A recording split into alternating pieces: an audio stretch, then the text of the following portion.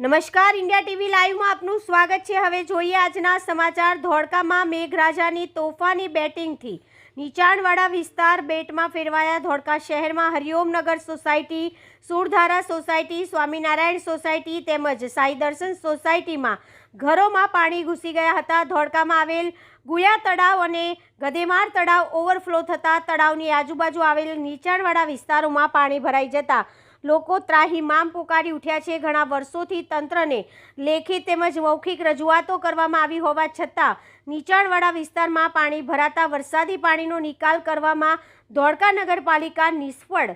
ધોળકા નગરપાલિકાની નિષ્ફળતાને કારણે લોકો મુશ્કેલીનો સામનો કરવા મજબૂર બન્યા। ધોળકા નગરપાલિકાની પ્રી મોન્સૂનની કામગીરી શું કાગળ ઉપર જ કરવામાં આવી હતી? પ્રી મોન્સૂનની કામગીરીના રૂપિયા શું પ્રી મોન્સૂન કામગીરીમાં નથી વપરાયા? શું પ્રી મોન્સૂન કામગીરીના રૂપિયાથી ખિસ્સા ગરમ કરવામાં આવ્યા હતા? એવા સવાલો ધોળકાના નાગરિકોમાં ચર્ચાનો વિષય બન્યો છે। Editor and chief Ganesh Rawat. Kitchen સુધી પાણી ભરાઈ રહ્યા છે। સલામત સ્થળે અમે જઈ રહ્યા છે। ઘરમાં પણ પાણી ભરાઈ ગયા છે।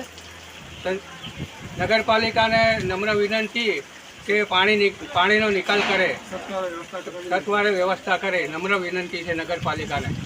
ધોળકામાં હરિઓમનગર સોસાયટી 2 વિભાગ 2 જેમાં કેળસમા પાણી ઘરમાં ભરાયેલ હોવાથી અત્યારે સલામત સ્થળોએ નીકળવા માટે બહાર નીકળી રહ્યા છીએ।